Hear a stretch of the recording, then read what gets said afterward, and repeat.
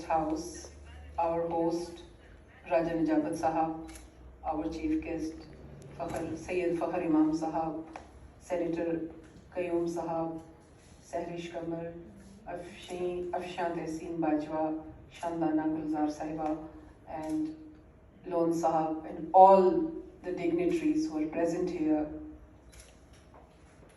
When we talk about Kashmir, I think I've listened to very frank and candid opinion of all the participants, and I also want to thank the participants which are on the online with us, and they have given their very candid opinion about what they think about the issue. I think as Kashmiris we have also something to convey, and we are not struggling since past 72 years to discuss what India thinks or how they are lobbying and why the world is not receptive to our issues. We want to assert, we want to ensure that whatever we want to extend internationally should be listened, should be communicated, and should be addressed. What is happening since so many decades is that people know what the issue is, people know the line of atrocities, hegemonic designs of India, Hindutva philosophy of India, but how to move forward, how to come forward with resolving the issue is our concern. And in the process of resolving and in the process of achieving the objective of freedom, we are suffering. Our people are bleeding. They are exposed to pellet guns. They are exposed to any law of jungle you name is implemented in occupied Kashmir. So there are 3-4 aspects. I think we're discussing the role of UN. I reside in Muzaffarabad, and for the years and years, we have been giving reminders, resolutions to the United Nations. I don't know where they go, why our feelings are not addressed, why the agendas which came much, much later on international arena were addressed, but not we. So this is the concern of our youth today, which are less than, if you calculate the population, you would find that 75% of our population comprised of people less than 35 years. And they live in a global village. They have an excess of every kind of information. They want to see where is the loophole, why our issue is not being addressed. Saying that in coming years we will find out, European Union came into being, and now there is a final farewell to that as well. But our issue remains there. Why? So many issues have come and gone, and we, the Kashmiris, are still suffering. This is the issue. And when you talk about the issue from its humanitarian angle, from its political angle, from its psychological angle, all angles are present there. If you name any article of international human law, of human rights, you would find that they are applicable in occupied Jammu and Kashmir. So why, in spite of all these things, our issue is not being addressed? This is the question of the day. We are not concerned what India says. We are not concerned how we believe in the fact that there is a forum which was created to fight against aggression, to fight against hegemony, to fight against tyranny, to give rights to the people of underprivileged world, to the third world, to make an equal world and humanitarian on humanitarian grounds. Why people of Kashmir are still suffering? If you just see from psychological point of view, if a girl gets out from our home and there's an unraged war on the line of control, if they just go out for the small cause of their home, they would be inflicted to surprised bomb shelling, and they will become handicapped for the life. Who's responsible for that? And this unraged war is simply unnoticed. Nobody notices this.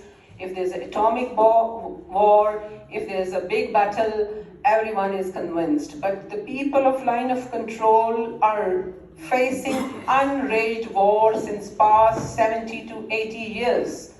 What is the trauma and the psychological suppression they are facing? Who is responsible for that?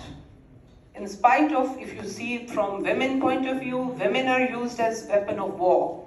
Who is responsible for that? In our society, if a woman has to spend a night in a police station, she becomes a questionable all her life. Who is responsible for that?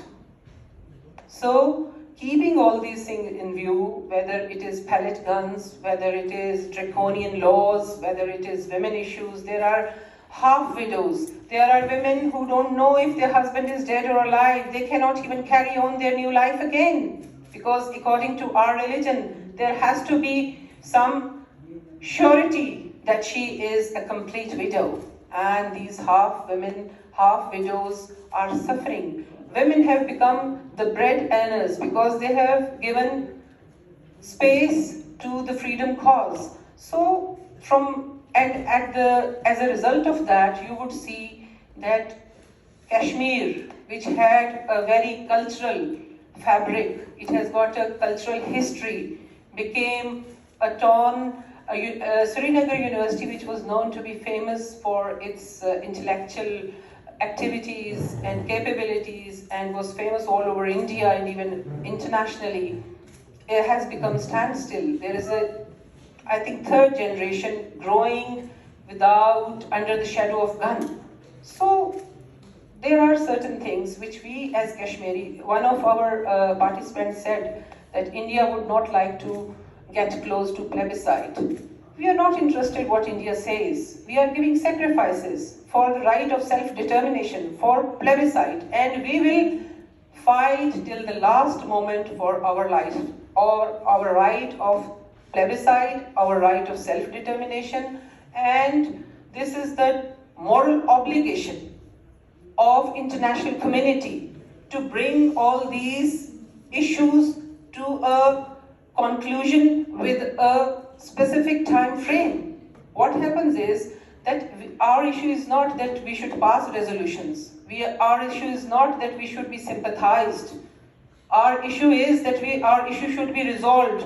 Our youth, our generation has the right to live in harmonious environment. Why they are deprived of this? These are certain questions which we must address because before it is too late. Kashmiris have given time to peace.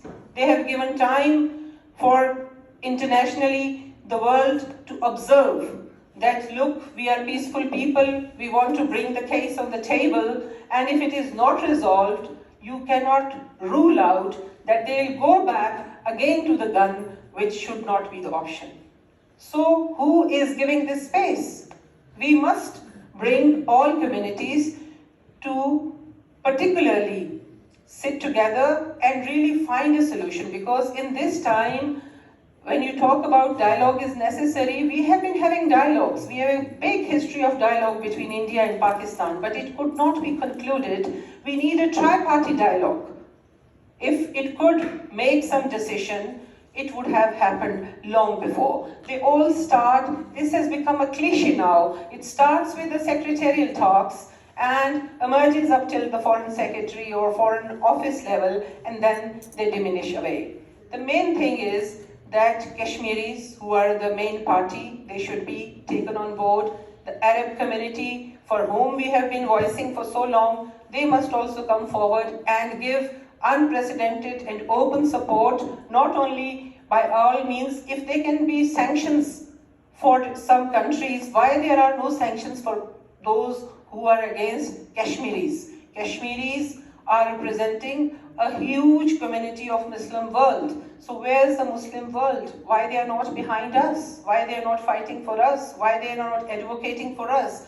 We want to pay tribute to the people who are our friends, whether they are British, whether they are Americans, whether they are Arabs or Chinese or whoever comes forward, I think this is the time for us to explore on the unconventional forums. We have had enough on UN without being listened. So there is a need now to be asserted internationally to bring this and to break this, in fact, status quo for which we have been fighting, for which we have been striving. The time has come that the Kashmiri youth should be given this message that the world believes in human rights.